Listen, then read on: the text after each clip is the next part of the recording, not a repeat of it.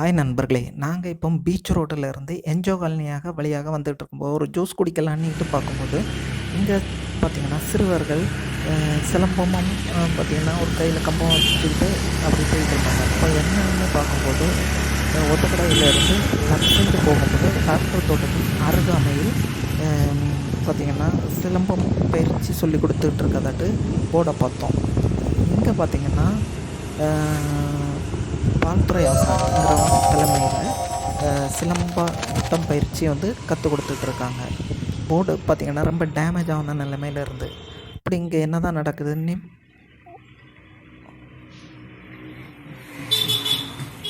Okay உள்ளே போய் பார்க்கும்போது இங்கே வந்து பார்த்திங்கன்னா பால்துறை ஆசனம் பார்க்கலான்னு இங்கே வந்து பார்த்தா அங்கே வேறு பார்த்திங்கன்னா வேறு இடத்துல போய் பயிற்சி சொல்லிக் கொடுக்கறதுக்கு போயிருக்காங்கங்கிற டீட்டெயில் வந்து சொன்னாங்க. அப்பவும் பார்த்திங்கன்னா உள்ளே வந்து சிறுவர்கள் கம்பை சுற்றிக்கிட்டு இருக்கிறத பார்த்தோம். இப்போ இவங்களே இப்படி நல்லா பண்ணுறாங்கங்கும்போது ஆசான் என்ன ரேஞ்சில் என்ன எத்தனை பேர்த்துக்கு பயிற்சி கற்றுக் கொடுத்துட்ருப்பாங்கங்கிறப்போ இதை பார்க்கும்போது அவங்கள இன்றைக்கி பார்க்க முடியலை. நம்ம அடுத்த வீடியோவில் அவங்கள டைரெக்டாக பேட்டி பார்ப்போம்.